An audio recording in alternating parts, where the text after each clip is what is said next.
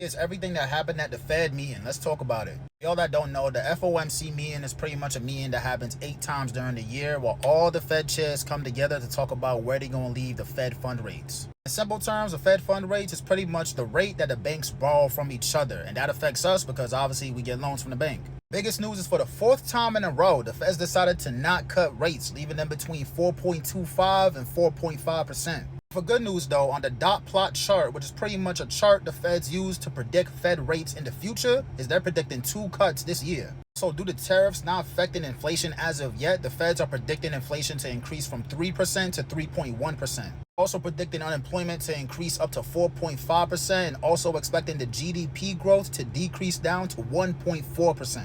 The market took a dip because of this, and I personally think it's because of the risk of stagflation. For y'all that don't know what stagflation is, it pretty much means the economy is cooked. Stagflation is a combination of high inflation, high unemployment, and low GDP growth. The risk of stagflation puts the Feds in a tough predicament because if they cut rates, that could improve unemployment, but then inflation is going to get even worse. But if they don't cut rates, unemployment is going to get even higher. People are not going to have jobs. There's a lot going on right now, y'all, but remember, we got to control what we can control. So what I'm personally doing is refinancing my high debt so that way I can save more money every month to invest into the market. I'm also boosting up my savings so that way I can put more money into the market. And I'm trading every day so that way I'm building the skill set for when the opportunity comes. When it comes, I'm going to eat. Are you going to eat, though? It's D-Wall. I'm out of here.